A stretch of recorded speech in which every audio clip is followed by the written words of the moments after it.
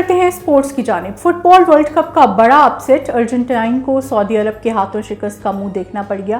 Doha کے لوسالی stadium میں عالمی فٹ بال کپ کے گروپ سٹیج مقابلے میں سعودی عرب اور ارجنٹینا بدمقابل تھی۔ میچ کے آغاز سے ہی ٹورنامنٹ کی بات فیورٹ ارجنٹینا کے لیے سعودی عرب کے خلاف جارحانہ کھیل پیش کیا گیا۔ کھیل کے 10ویں منٹ میں ارجنٹینا کے شہرہ آفاق اسٹرائکر لیونل میسی نے پینلٹی پر اپنی ٹیم کو برتری دلوا دی۔ ارجنٹینا نے گول کی سبقت بڑھانے کے لیے سعودی عرب کے گول پوسٹ پر متعدد حملے کیے، جسے گول کیپر نے ناکام بنایا۔ پہلے ہاف تک ارجنٹینا کو 1-0 کی برتری حاصل رہی۔ مقابلہ برابر ہونے کے بعد دونوں ٹیموں نے جارحانہ انداز اپنایا۔ اسی دوران سعودی عرب کے اسٹرائکر سلیم نے گول کرتے ہوئے اپنی ٹیم کو ایک گول کی برتری دلوا دی، جو کہ میچ کے آخر تک برقرار رہی۔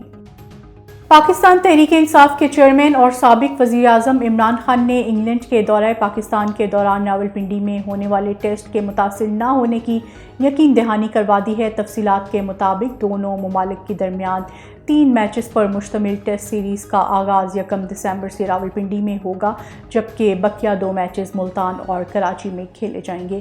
پاکستان میں تعینات برطانوی ہائی کمیشن کرسچین ٹرنر اور پاکستان کرکٹ بورڈ رمیز راجہ نے زمان پارک سابق وزیر اعظم عمران خان سے ملاقات کی۔ اس دوران ان کی عیادت بھی کی۔ ملاقات کے دوران باہمی دلچسپی کے امور پر تبادلہ خیال کیا گیا۔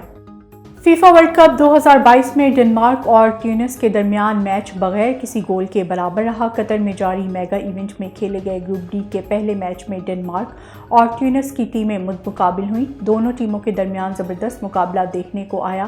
دونوں ٹیموں نے گول کرنے کے لیے ایک دوسرے کے گول پوسٹ پر کئی تابڑتوڑ حملے کیے، تاہم کوئی بھی ٹیم گول کرنے میں کامیاب نہ ہو سکی۔